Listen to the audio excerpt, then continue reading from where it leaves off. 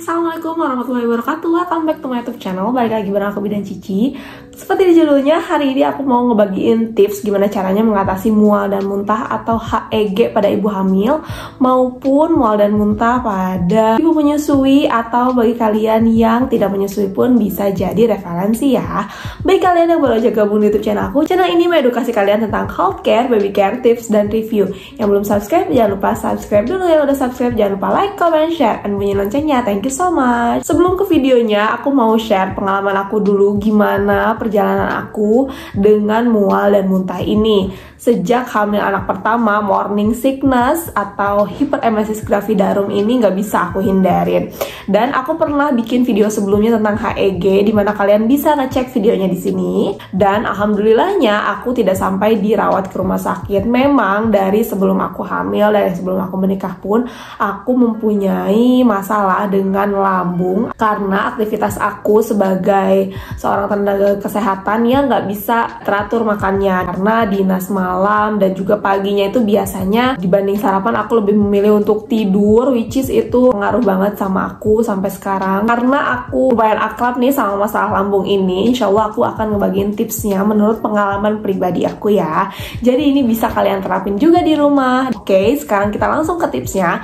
Tips yang pertama yaitu kalau misalnya kalian emang tim yang nggak bisa banget nih makan dengan teratur, oke, berarti kalian harus menyiapkan makanan-makanan yang sedikit tapi sering, kayak cemilan-cemilan gitu, biar perutnya nggak kosong banget. Nah, itu salah satu tipsnya biar si lambung kita masih tetap bekerja. Yang kedua yaitu minum air putih yang cukup. Jadi jangan sampai kekurangan minum. Karena apa? Kalau misalnya udah mual dan muntah, udah hiperemesis gravidarum, itu harus cukup minum. Hindari dehidrasi atau kekurangan cairan tubuh. Bahaya banget kalau udah dehidrasi, nantinya bisa dirawat di rumah sakit. Yang ketiga, hindari makan makanan yang pedas, asam, dan juga kopi sebelum makan. Nah, kalau misalnya kalian sebelum makan pagi itu atau sebelum makan siang udah minum kopi, nah udah dipastikan itu asam lambungnya akan naik.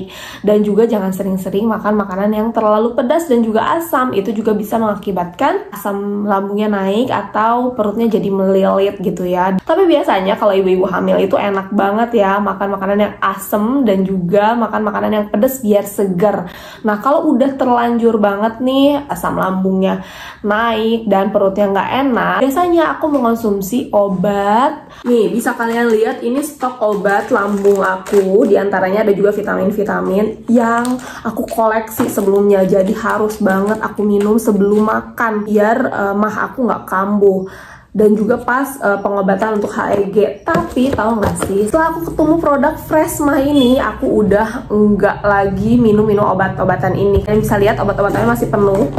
Jadi aku sebelum makan minum Freshma ini 2 kali sehari untuk mencegah terjadinya asam lambung aku naik. Cara minumnya juga gampang banget ya, kayak minum obat kayak biasanya aja. Kenapa aku beralih ya dari yang obat-obatan konvensional? Karena dia itu mengandung kunyit dan juga madu.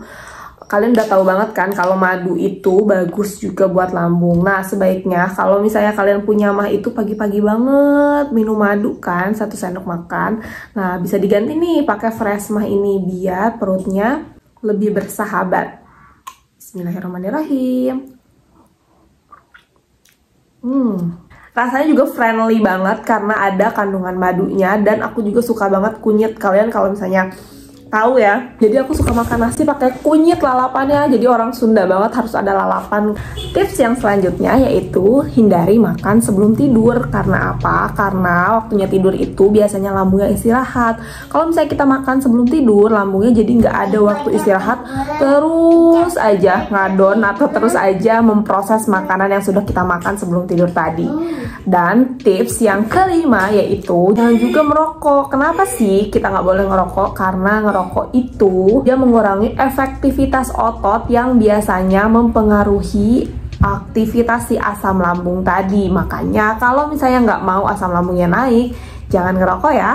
Lalu tips yang selanjutnya, kalau misalnya udah nih asam lambungnya lagi naik-naiknya, pakailah pakaian yang longgar. Biar apa? Biar di daerah perut ini nggak ada tekanan dari pakaian tersebut, jadi agak lebih leluasa gitu perutnya. Lalu sekarang kita ke tips yang terakhir. Jika kalian asam lambungnya sedang naik, jangan lupa tinggikan kepala supaya asam lambung yang ada di perut tidak naik ke kerongkongan dan menjadi muntah. Itu dia tips-tips tadi dari aku, semoga bermanfaat ya.